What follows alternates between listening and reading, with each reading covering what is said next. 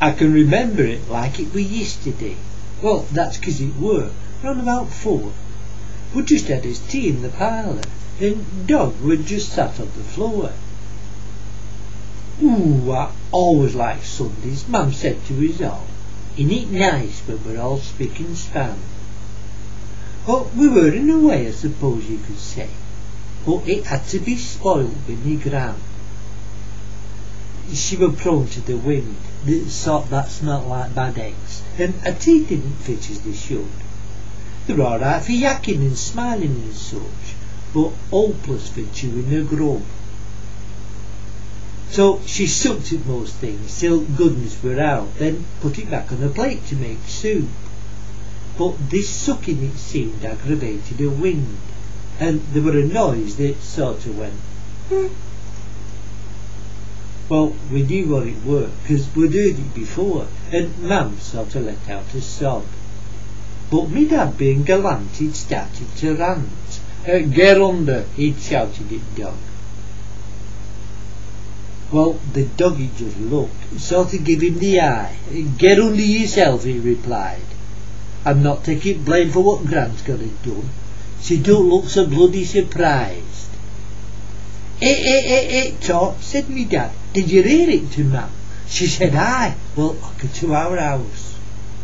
The dog looked at her queer. It said, "You're already here." Mum was shocked, so just played with the sprouts.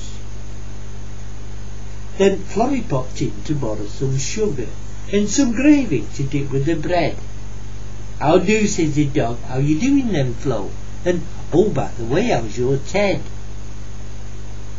Flo's eyes opened wide. She was really surprised. Then she fumbled and spilt out the sugar. When she opened the gob, she said, "A real talking dog." Mum said, "Aye, he's a right clever bugger." Dad said we could make a few bob with his own talking dog. Mum said, "Aye, we could take him to the club.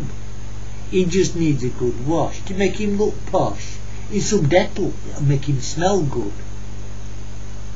So we took him to Jimmy's at the end of our street. He was chairman at Flintlock and Spark. He also helped run the Noggin a Rum and conducted the choir at St. Mark's. Dad said, "I've got something here you really should see. You'll not believe it, 'cause I don't myself. But we just had his tea, and between you and me, the dog starts to talk by itself."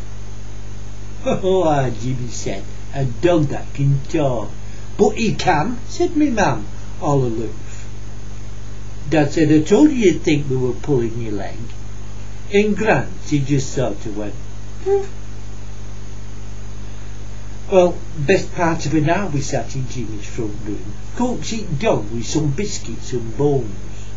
Jim said, "I think that's enough. I've only heard it go off." Dad said, "Just wait till I get him back home." So we got back to the house and Dad threw the dog in, and as true as I'm stood sitting here, Mum went to the sink to brew us a drink. Dog says, "Can you make mine a beer?" Well, me Dad and Ruth. The dog says, "What's up? I'll have a coffee if beer's too much trouble." "It's Jimmy," Dad said, "thinks I'm right off me head, and I've come down the liffey hot bubble." Well, for the rest of the night it just wouldn't shut up, till at last it was time for his bed. The dog said, "Good night, hope the bedbugs don't bite. Cover Budgie up first, though," it said. Now, the Budgie was sat with his mate in the mirror.